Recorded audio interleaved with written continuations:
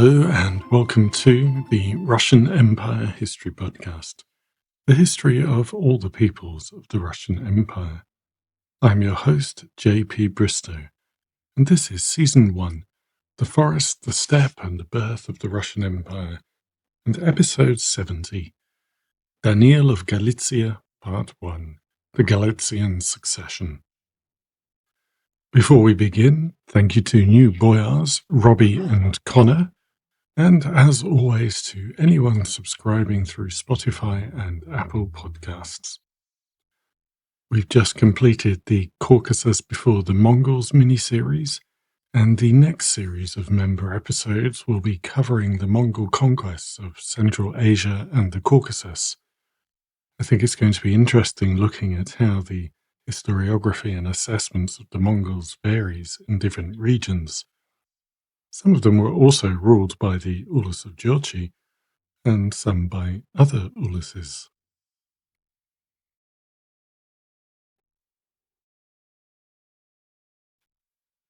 So, we return to Rus.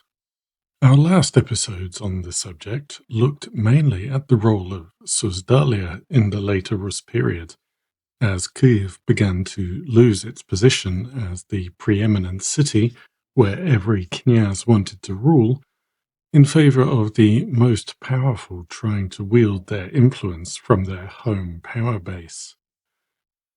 If you recall, I dropped the story of the Galician succession and promised to return to it later.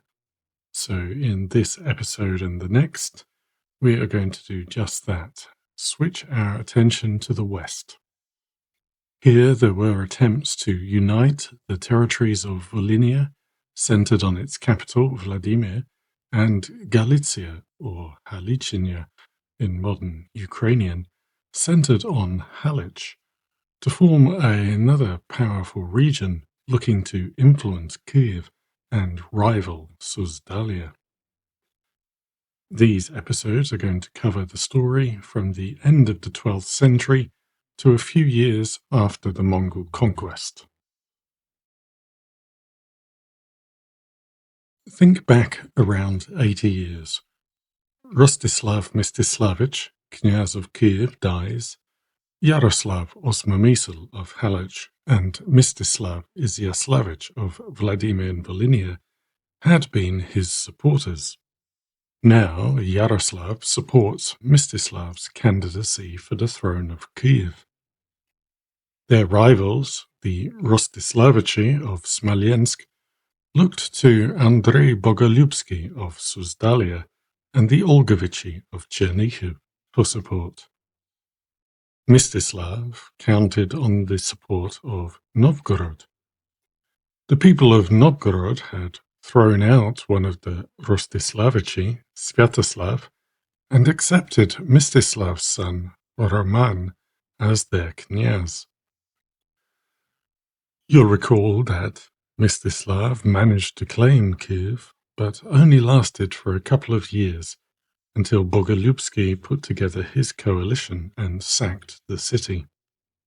Before doing this, Bogolyubsky had first gotten Roman out of Novgorod. He had cut off food supplies to the city, then impeded Novgorodian tax collectors, then attacked the city. Roman beat off the attack, but eventually the food problems became too acute, and the people expelled him. Mstislav Iziaslavich died soon after returning to Vladimir in Volhynia, and so when Roman arrived from Novgorod, he succeeded his father as the knyaz of Vladimir and began to rule. Roman was as ambitious as any Rus knyaz. He attempted to build alliances with the Smolensk Rostislavichi through a marriage to Predslava, daughter of Rurik Rostislavich. This was during the period that Rurik and Vsevolod Olgovich of Chernihiv had an agreement on governing Kyiv. They had only one child, Fyodor. Maybe because Roman broke his alliance with Rurik whenever he felt like it, or maybe they just didn't get along. At some point, he repudiated the marriage and sent her home.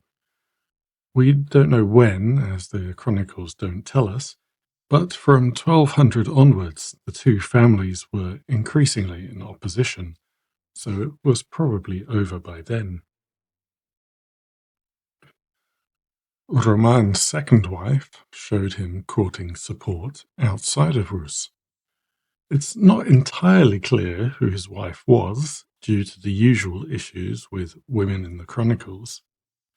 She has been identified as Maria of Byzantium, but also as Yelena Yefrusini Angelina, or maybe it was Anna Helena Angelina. She could have been a daughter of Isaac II Angelos and his Byzantine wife, but she's also referred to as a relation of Andrew II of Hungary. She could be both, as there were ties between Hungary and Byzantium, and Andrew's sister Margaret was also married to Isaac II. She's usually called Anna on the basis that her grandson established a church of St. Joachim and Anna, which is assumed to be in her honor. The marriage to Anna produced Yelena, who was married to Michael of Chernihiv, and two sons, Daniil and Vasil.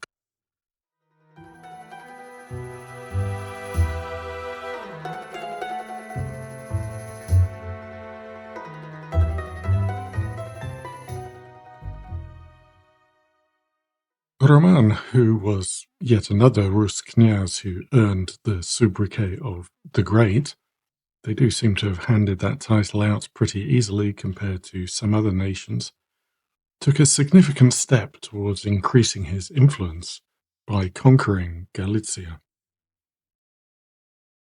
When Yaroslav Osmomyśl died in 1187, he left Galicia to a son he had had by a mistress, Aliag, while leaving Perumyśl to Vladimir, his son by his wife. The boyars of Galicia had less affection for Aliag and his mother than Yaroslav had had, so they gave him the boot and brought in Vladimir. Aliag ran off to Rurik Mstislavich. Vladimir gets rather a bad rap in all the chronicles, depicted everywhere as a drunkard who would assault any woman who caught his eye, including a priest's wife. What's more, he apparently did not like to consult any advisors. So even though he had the support of the powerful Vsevolod Bignest, Susdalia was far away and the nobles came out against him. Roman Mstislavich saw his opportunity and further incited the boyars to revolt. Following the marriage of his daughter to Vladimir's son, Roman had been getting more involved in Galician business.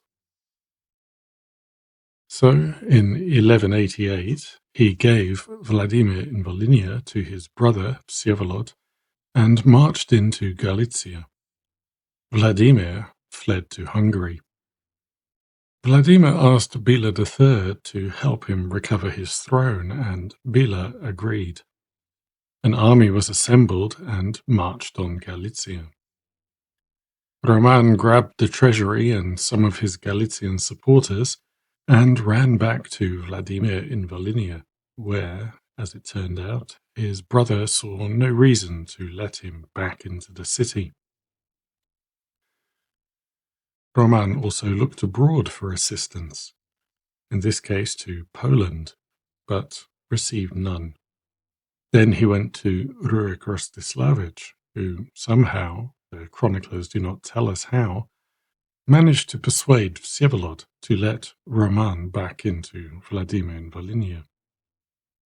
Meanwhile, Bela had no real intention of helping Vladimir recover Galicia. Instead, he installed his son, Andrew, and then took Vladimir back to Hungary as a prisoner. So, Roman's first attempt to conquer Galicia.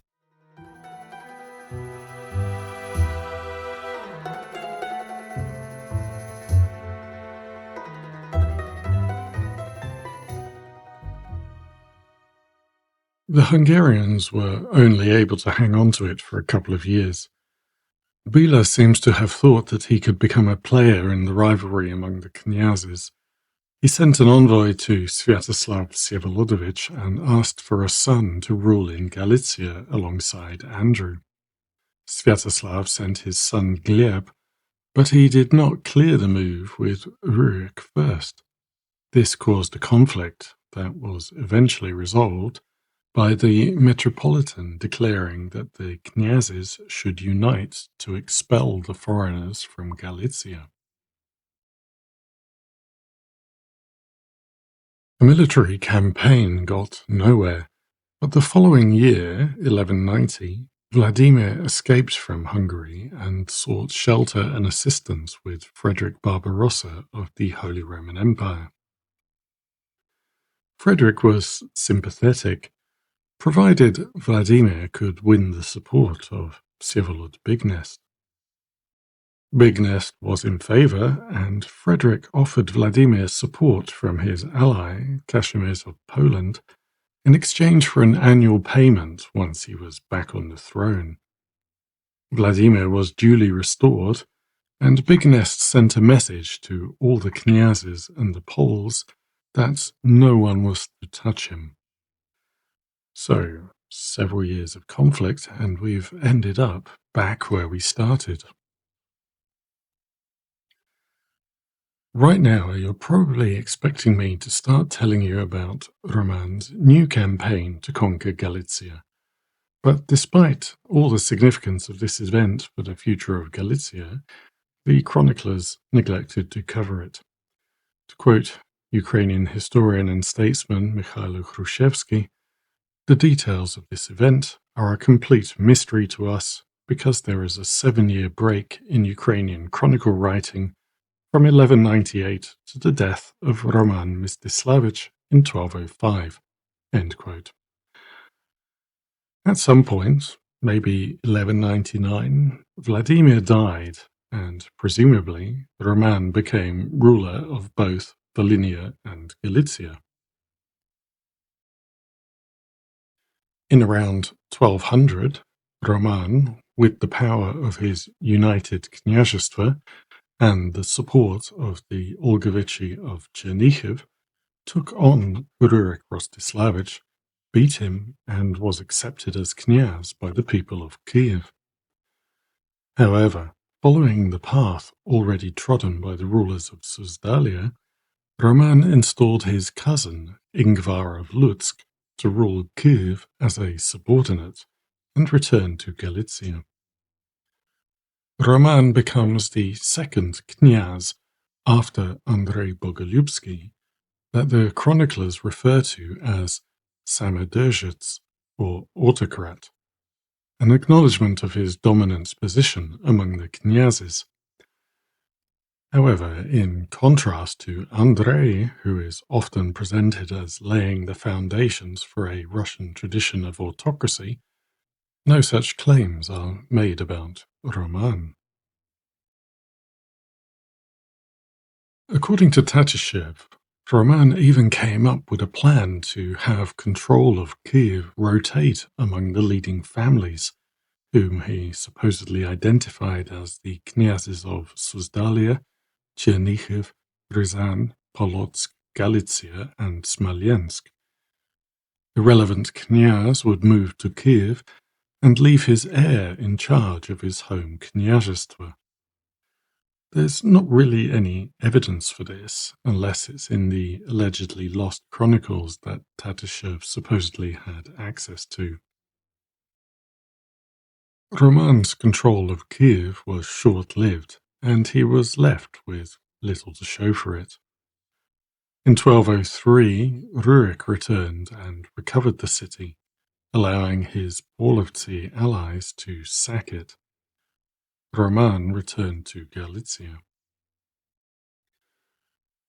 With Kiev lost, Roman turned to the west. Historian John Fennell speculates that with Big Nest's influence over Smolensk and Chernihiv secure, Roman may have given up on Rus. Instead, he decided to invade Poland, with a plan to knock out Leszek and then continue into Saxony. The invasion came to a rapid stop when Leszek and his brother, Conrad of Mazovia, defeated the Galicians at Zawichost on the Vistula and killed Roman.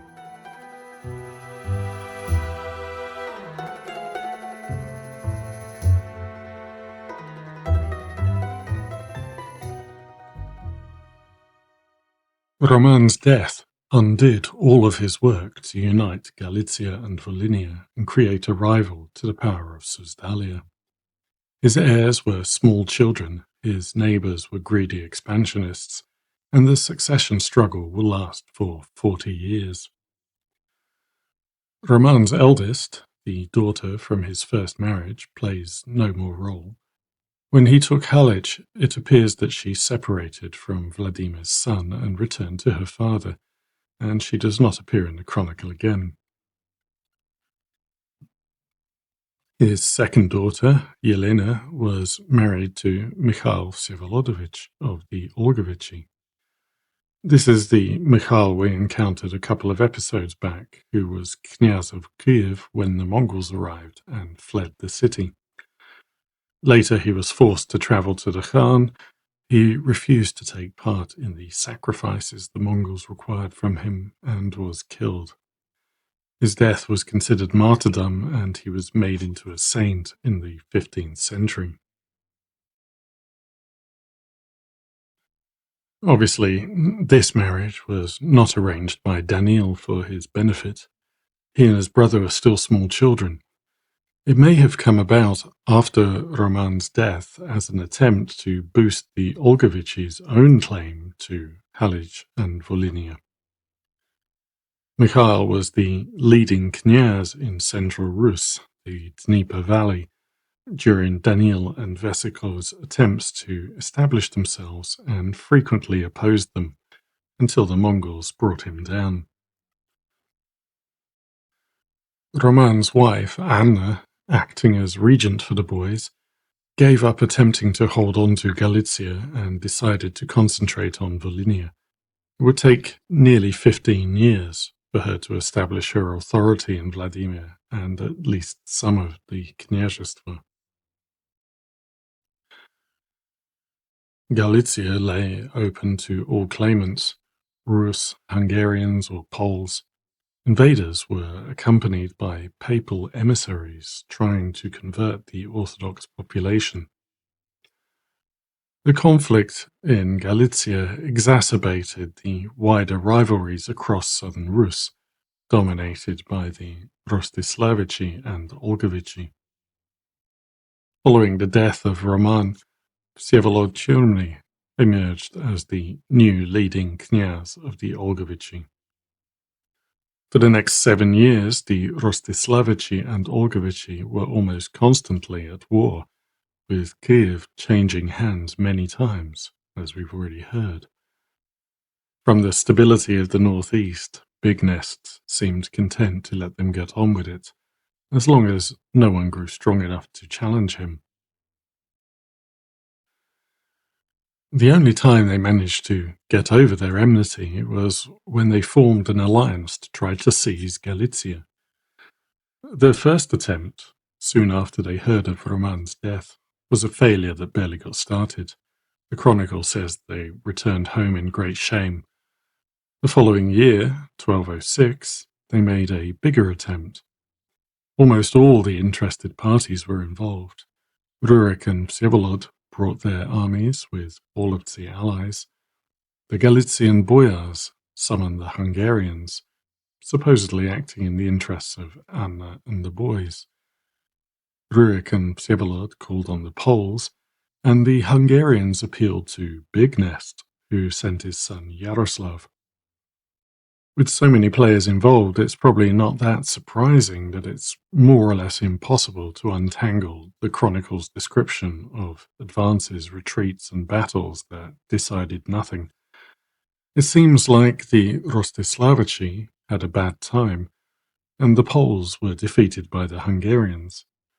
Rurik appears to have defeated a force controlled by the boyars of Vladimir and Halych, but was unable to do anything about the Hungarian garrison in Halych itself, and he went home empty-handed.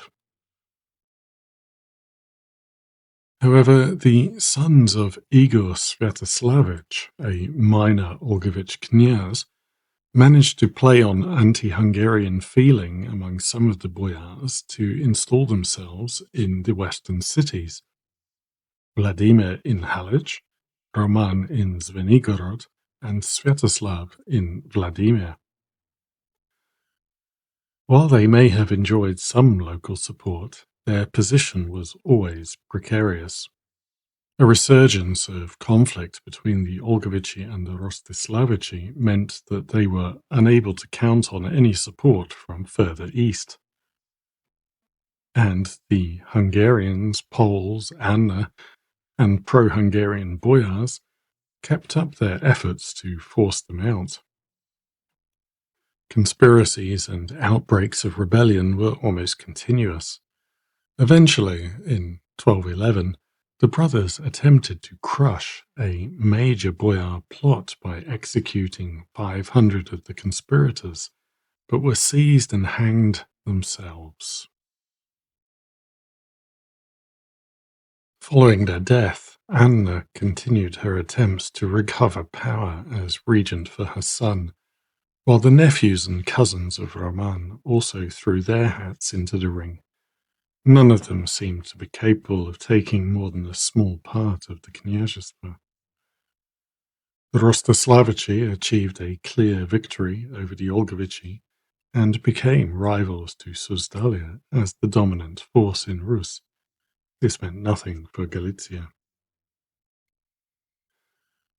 The Hungarians and the Poles went as far as concluding a treaty in Spiš in 1214, where they divided the territory up among themselves.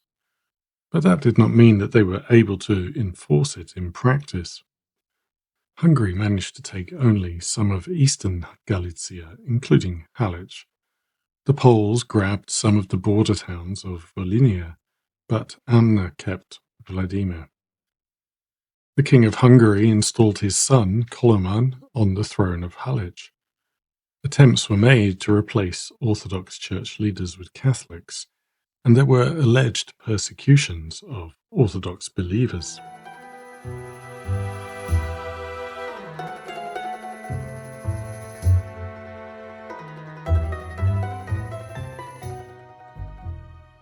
Somewhere around this time, Mstislav Mstislavich travelled to Kiev to ask that he be given Halych, continuing on to assess the situation in the knyazhstvo and try to make contacts with the boyars. No action was taken. For the time being, Mstislav was still busy in Novgorod, and the Hungarians were still in Galicia in force. In 1215, they seized Peremyshel and Lyubachov in western Galicia, towns that had been given to the Poles by the Treaty of Spiš. Like everything else we are looking at in this episode, the Chronicle's treatment of Mstislav's eventual campaign into Galicia is confusing, incomplete, and defeats all attempts to extract a clear timeline. Around the beginning of 1217, Leszek asked Mstislav for assistance against the Hungarians. Mstislav went to Kiev to propose a combined Mstislavichi mission.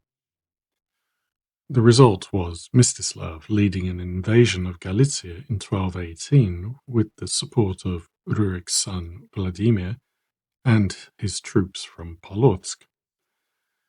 He swiftly defeated the Hungarians, arrested Koloman and his family, who were sent home to Hungary, and declared himself Knyaz of Galicia. The following year, he married his daughter to Daniil, now 18 years old and recognized as Knyaz of Vladimir in Volhynia in his own right. It looked like a reunion of Galicia and Volhynia was becoming possible, but no. A slightly absurd situation arose in which Mstislav refused to help Daniil expel the Poles from Volhynia, but Leszek believed that Mstislav had advised Daniil to do so. So the Poles once again allied with the Hungarians and drove Mstislav out. Koloman returned to rule Galicia again. Mstislav had clearly messed up by thinking that the Polish-Hungarian rivalry meant that they would not work together, and he'd underestimated the pro-Hungarian faction in Galicia. But he was not about to give up. In 1220 he returned with a new army, this time led by the Knyaz of Kiev, some of the other knyazes, and with the Polovtsi in support. They laid siege to Halych, but were unsuccessful and forced to withdraw. In 1221 they made a new attempt. The army was commanded jointly by Mstislav Romanovich of Kiev and Mstislav Mstislavich. Most of the Rostislavichi knyazes supplied troops, along with Chernihiv, Turov, Lutsk, and even a Suzdalian contingent led by Yaroslav Vsevolodovich. The first major battle took place on the river Seret, east of Halych, where the Hungarian advance force was defeated. Then the army advanced towards Halych. Outside Halych it faced a combined army of the pro-Hungarian Galicians, the Hungarians, and Poles led by Leszek. The Rus crushed them. The Hungarians and Poles routed, and Koloman and his family were once more taken prisoner. After a 2-week siege, Mstislav took Halych and reclaimed his throne, which he would hold for the next 6 years.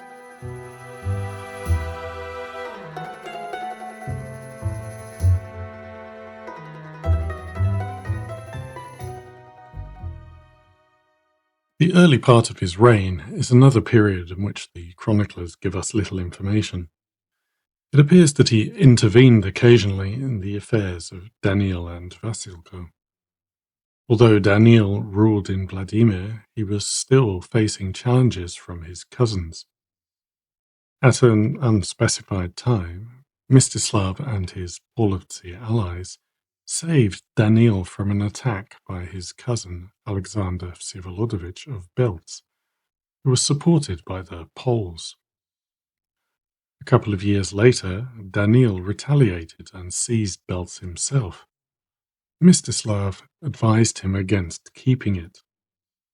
Historians have provided different interpretations of this.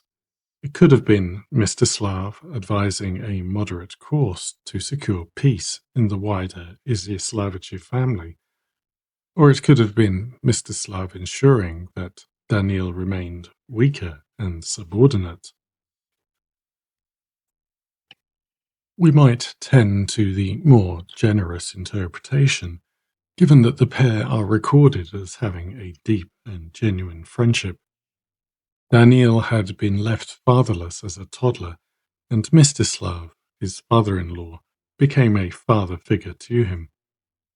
Mstislav called Daniil son, and Daniil later showed his loyalty through good treatment of Mstislav's sons after their father's death.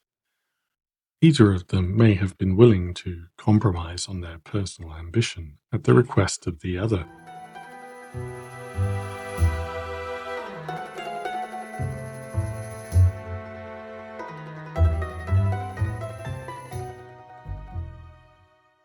In 1223, the events we've already covered took place. Khan Kotian, Mstislav's father-in-law, arrived in Halych with gifts, looking to persuade the Rus to support the Polovtsi against the new enemy that had appeared in the steppes. As we've already heard, Mstislav played the leading role in putting together the Rus army, and Daniil went with him. We also heard that one reason for the Rus loss could have been the failure to agree an overall leader. This could have been because, although Mstislav had called the war council, and although he was personally a successful knyaz who had ruled in Novgorod and now held Halych, he was a long way down the genealogical table of ranks. The fact that he could call a council of war and the other knyazes would come is a good indicator of the prestige that he had earned for himself, but it may not have been enough to get them to agree to him leading. Conversely, it may have been enough to make him unwilling to accept anybody else leading. Officially, Mstislav Romanovich, the Prince of Kiev, was the leader, but Mstislav Mstislavich seems not to have acknowledged his authority. To be fair, we should note that some historians have claimed that the lack of coordination was due to a disagreement over tactics, rather than pride or personal antagonism. Daniil was actually senior to Mstislav by descent, the senior knyaz of the Izyaslavichi, but he was counted as one of the junior princes in the coalition due to his age. Daniil followed Mstislav's orders during the campaign. The chronicles have Mstislav ordering him to scout ahead, and it is Daniil who discovers the main Mongol army. However, he only tells Mstislav Mstislavich, not the other leaders, Mstislav of Kiev and Mstislav of Chernihiv. Kalka became a stain on Mstislav's reputation because he fled and survived, while the other Mstislavs fought and died. But it did not make much difference to the balance of forces in southern Rus. Vladimir Rurikovich replaced his cousin Mstislav Romanovich as Knyaz of Kiev, a Rostislavich for a Rostislavich. Mikhail Vsevolodovich replaced his uncle Mstislavich Sviatoslavich as the Knyaz of Chernihiv. Although both the new knyazes had a claim to Kiev, the succession was not contested and was the first peaceful changeover in a long time.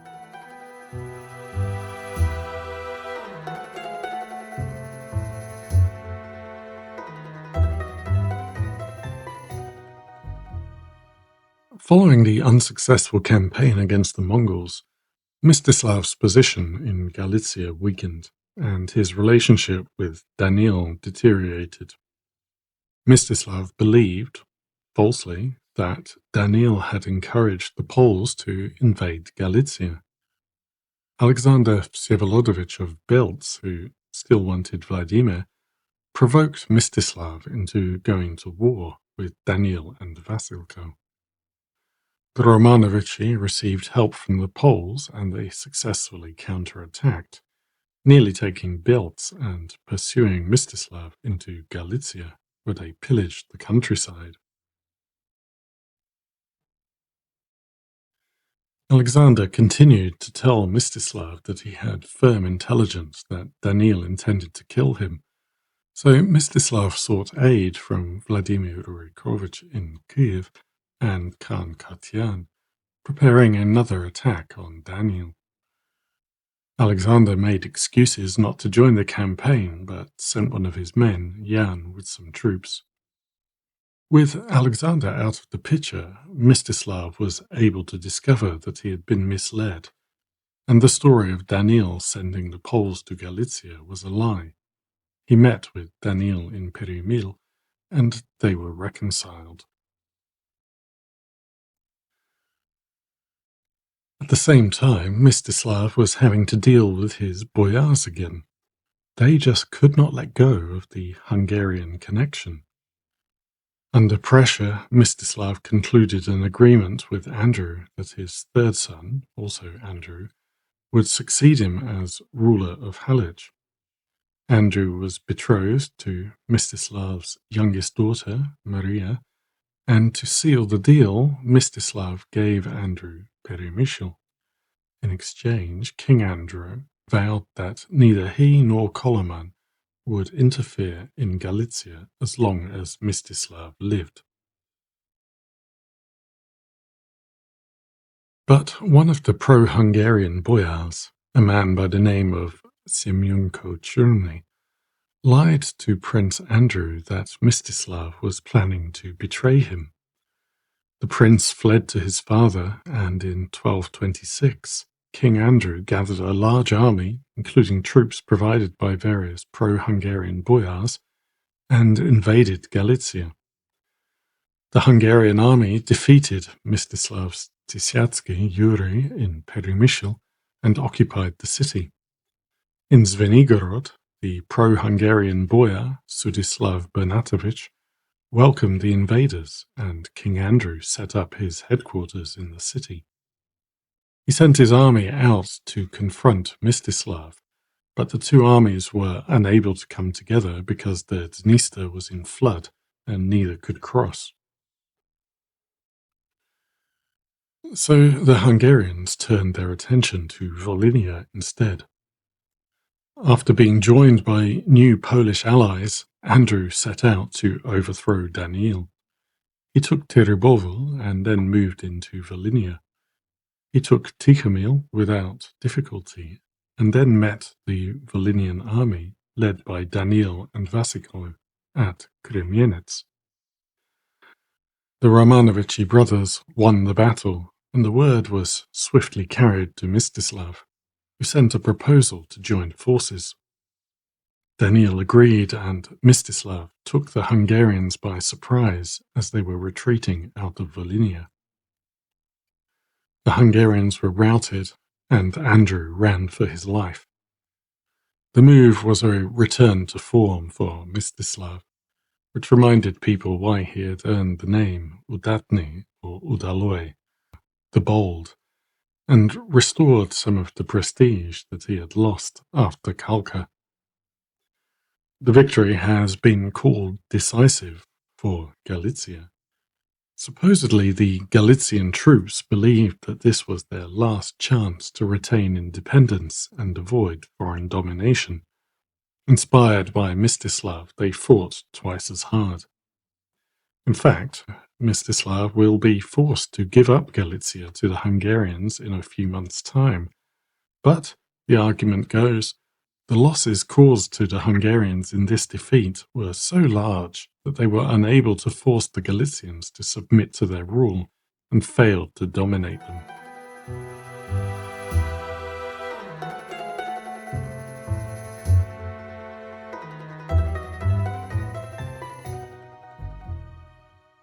Sometime during 1227, Mstislav Bernatovich and a group of pro-Hungarian boyars convinced Mstislav that the time had come to marry his daughter to Prince Andrew and give Halych over to the Hungarians.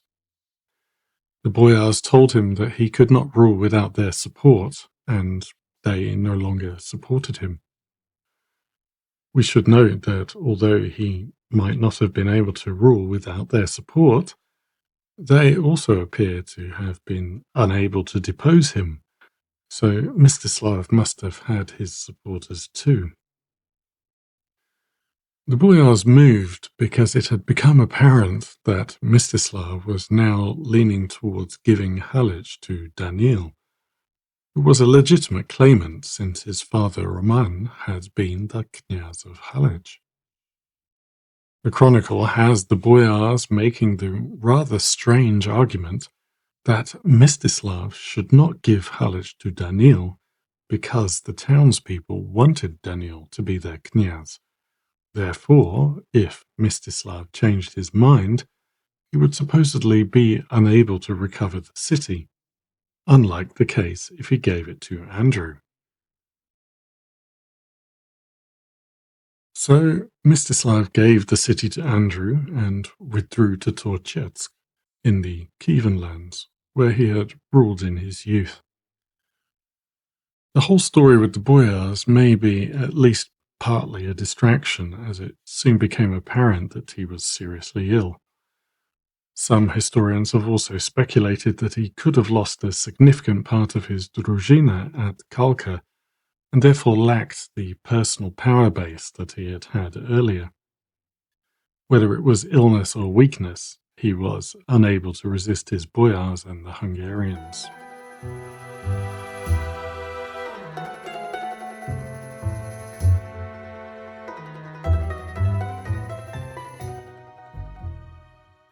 Daniil certainly saw Halych as his to claim after Mstislav, but Prince Andrew would be a strong rival.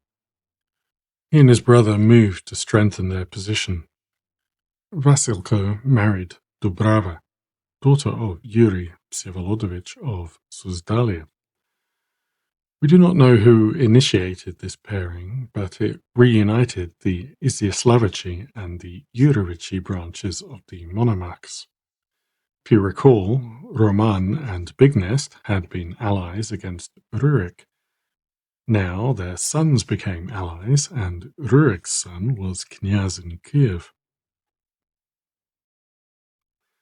The brothers then looked to consolidate their control of Volhynia. Daniil travelled to a shrine at Zhechidin. The local knyaz, Yaroslav Ingvarovich, invited him to visit the nearby town of Lutsk. Daniil accepted the invitation, and when he arrived, the boyars asked him to take over. Daniil returned home and gathered his men. They rode out to Lutsk. Along the way, they met and captured Yaroslav and his wife. When they arrived, the citizens of Lutsk welcomed them in. Daniil gave Lutsk and Perusopnitsa to Vasilko. Daniil corresponded with Mstislav. Mstislav admitted that he'd been wrong to give Halych to foreigners instead of Daniil, and offered to provide Daniil with the Polovtsi to drive the Hungarians out. Next, Daniil and Vasilko laid siege to Chertorisk, a town in Volhynia held by the Mstislavichi. They took the city and captured the knyazes. Daniil released Yaroslav Ingvarovich and gave him a nearby domain. Soon after, Mstislav died. His death upset the balance of forces in southern Rus. Daniil lost his closest ally, who, even if he was not the force he had previously been, was still someone with great personal prestige and authority. Vladimir Rurikovich of Kiev also lost an important ally. More immediately, Mstislav had been the person who united Daniil and Vladimir. Now he was gone, Daniil became the upstart knyaz who had just taken Chertorisk from the Mstislavichi.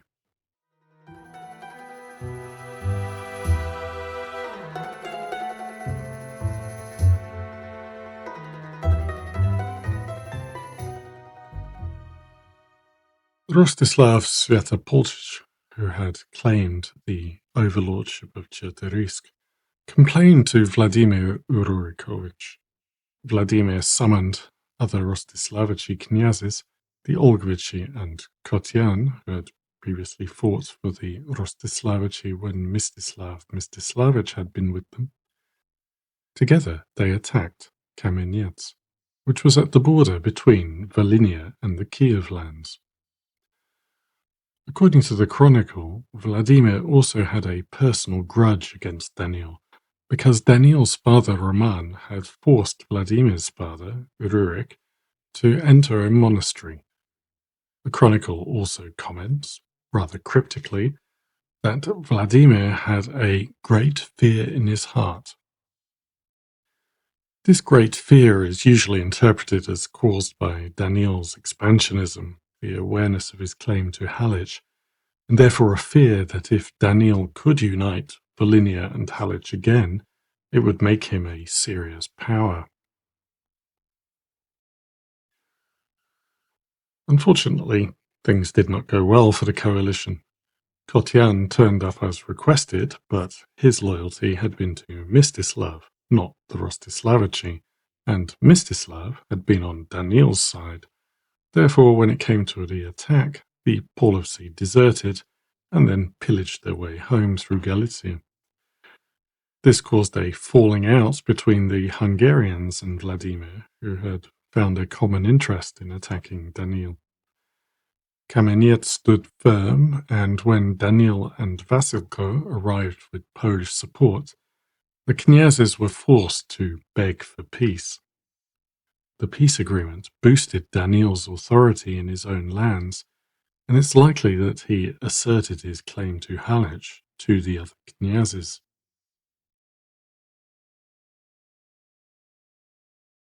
The next few years were spent in nearly continuous conflict. Daniil fought the Hungarians, the Galician boyars Vladimir Rurikovich and Michal Всеволодovich. They all constantly changed alliances, and several attempts were made to assassinate Daniil. This is another part of the chronicle where it's difficult to establish an accurate timeline. The main contest was between Daniil and the Hungarians, with the other knyazes getting involved at various times. Daniil attacked Halych for the first time in 1229, capturing the city and sending Andrew and Mstislav fleeing for Hungary. In Hungary, they amassed an army and returned with Andrew's brother Bela, but Daniil called on the Poles and Kotian. Seeing the Hungarians outnumbered, Bela decided to withdraw.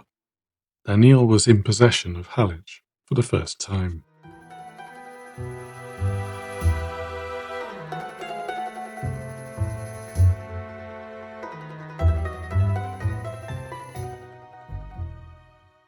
In 1230, the pro-Hungarian boyars tried to kill Daniil and Vasilko by burning down the building they were staying in, planning to then turn the city over to the Hungarians.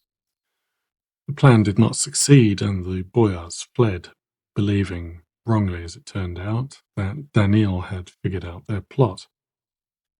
Then Alexander of Bielsk laid plans to kill Daniil on a visit to Volhynia. One of Daniil's men caught wind of the plot, and Daniil sent word to Vasilko to attack Bielsk immediately. Alexander fled to Peremyshil, and Vasilko seized Bielsk.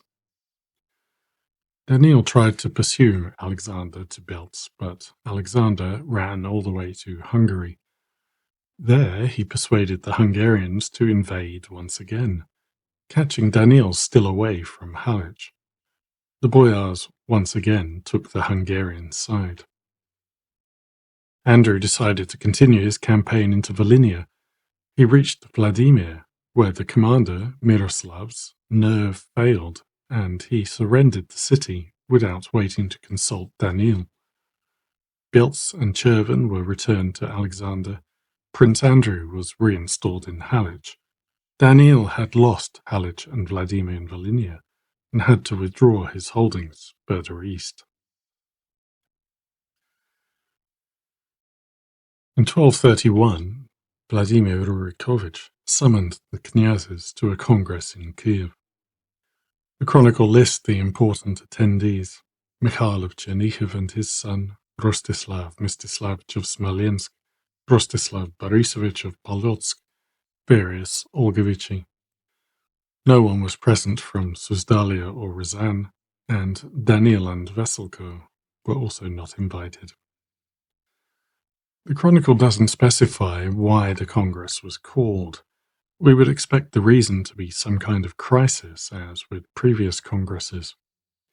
Some have suggested that it was intended to resolve the dispute over Novgorod, but this is improbable given that no one was invited from Susdalia.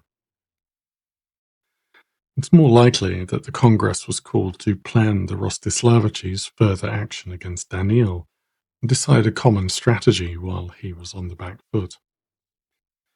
However, while the timing may have looked good, looks can be deceptive. After a couple of decades of clear domination, the power of the Rostislavichi was becoming rather brittle. Although, as we discussed previously, it's not clear what the actual effect of the losses at Khalkha was, and the claims of an entire army of Rus being wiped out are highly improbable. It appears that the Mstislavich's available fighting force had shrunk. They'd also been fighting almost continuously since the end of the 12th century against Lithuanian incursions, mainly into Polotsk, but across the northwest. These had also been slowly sapping their strength. In 1216, the death of the Knyaz of Polotsk had caused a succession crisis. Weakness in Polotsk left the whole of the northwest vulnerable, and Smolensk had been forced to intervene and claim overlordship. The Lithuanians had then extended their attacks to Smolensk and Novgorod territory. The Rus had defended successfully, including with support from Susdalia, but every war meant losses. Then, in 1230, Smolensk was struck by famine, which would continue for 2 years and kill tens of thousands. The Knyaz of Smolensk had died, and his son, Mstislav, had usurped the throne from cousins who were ahead of him in the lateral succession table, causing more problems. All these issues meant that Vladimir was increasingly vulnerable to the appearance of a new and powerful rival, such as a united Galicia and Volhynia. However, it seems that rather than continuing the war, Vladimir decided to reconcile with Daniil and make him an ally. Unfortunately, this provoked the Olgovichi, and Mikhail went to war with Vladimir. Vladimir appealed to Daniil for support, which Daniil provided. A settlement was negotiated, and Vladimir gave Daniil Torchesk. Daniil gave the city to the sons of Mstislav in thanks for their father's good deeds. Once again, the Mstislavichi were allied with the Izyaslavichi against the Olgovichi. While still in Kiev, word came to Daniil that Alexander of Bielsk, supported by some minor knyazes and the Hungarians, had invaded his territory in Bielobiruzhia. Daniil rode swiftly to join his troops and defeated the invaders, forcing the Hungarians back to Halych. In the spring of 1232, Alexander sent messengers asking for peace, which Daniil agreed to. Daniil, Vasilko, and Alexander launched a new campaign against the Hungarians, sacking a town held by their boyar supporters and recovering Vladimir in Volhynia. The following year, Daniil called on the Polovtsi to join him and asked Vladimir for support from Kiev. The Hungarians were defeated at Tikhomil and Perimil, and Daniil laid siege to Halych for 9 weeks. The desperate boyars got word to Alexander that if he deserted Daniil, they would give him Halych. Alexander took the bait and deserted, but Prince Andrew died soon after. The townspeople of Halych opened the gates, and Daniil returned to his throne. By the spring, Alexander was rightly worried that he was next on Daniil's list. He tried to flee Bielsk for sanctuary in Kiev, but Daniil caught him on the road. While in captivity, he died.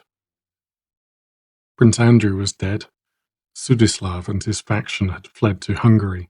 Now Alexander was dead. Daniil's rule in both Halych and Volhynia finally appeared to be secure.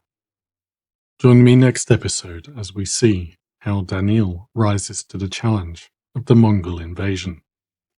Thank you for listening, and until next time, goodbye.